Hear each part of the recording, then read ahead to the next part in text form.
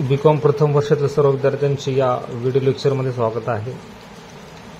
विद्यार्थी मित्रो, आपण मागील लेक्चरमध्ये calculation of mean in simple series तर त्याची आपण एक डायरेक्ट मेथड पाहिली होती. आज आपण सिंपल सिरीजमध्येच मीन एक शॉर्टकट पद्धतीने कशा प्रकारे कॅल्क्युलेट केले जाते ते हे बघणार आहोत. ते मेथड कोणती असो आपल्याला उत्तर सेम येणं आवश्यक आहे. तर आज आपण बघणार आहोत की calculation of mean in simple series. तर आपली जी मेथड आहे हिला शॉर्टकट मेथड म्हणून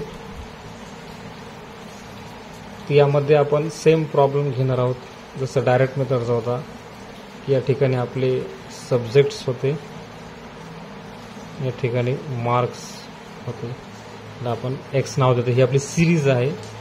त्यामधले जे विषय आहेत इंग्लिश असेल, अकाउंट, SP, OC, नंतर इकॉनॉमिक्स आणि सेकंड लँग्वेज तुमचं हिंदी किंवा मराठी जो विषय. आता याच्यात मार्क्स तुम्हाला 60 आहेत इंग्लिशमध्ये, 80, 70, 85, 75, अगेन 80. ओके.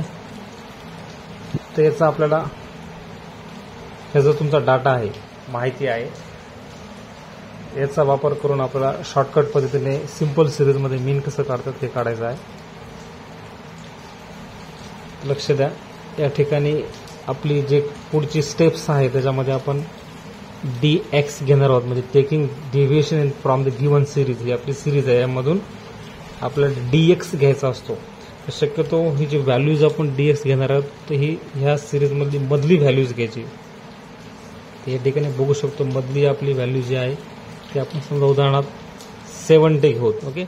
मग आपला नियम असतो की x मायनस dx, म्हणजे हे संपूर्ण जे सिरीज आहे ह्या 70 मधून वजा करायची एक एक एक एक. जसं बघू शकतो की 60 मधून 70 गेले, या ठिकाणी तर आपण लिहू शकतो वजा 10. ओके. 80तून 70 गेले, 10 राहिले. त्याच्यामधून 70 मधून 70 गेले, नेक्स्ट 0 राहिलं. 85 मधून 70 गेले, 15 राहिले. 75 मधून 70 गेले, 5 राहिले.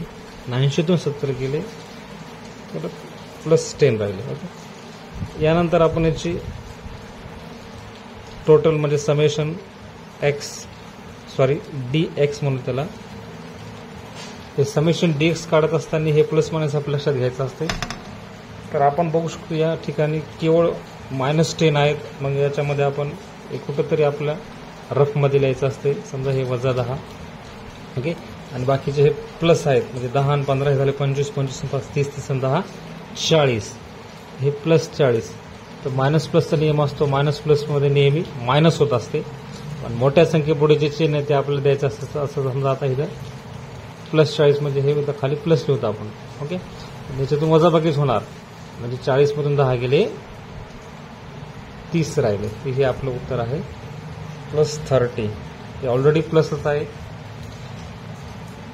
जर मायनस असेल तर हे मायनस असं इंडिकेट करायचं असतं. यानंतर जो आपला फॉर्म्युला आहे सेम फॉर्म्युला, त्याच्यामध्ये थोडंसं आता चेंज होणार. जसं मीन. ओके. मीन काढत आहोत आपण, त्याला आपण ए म्हणू. त्याचा formula A is equal to X. आता हे डीज घेतल्यामुळे हे X. Okay. X plus summation dx upon n. हा फॉर्म्युला झाला.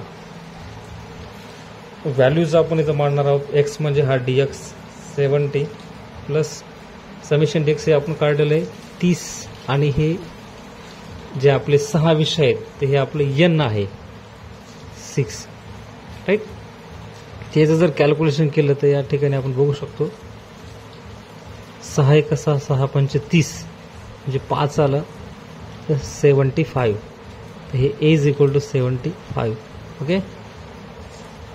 हे झालं आपलं मीन.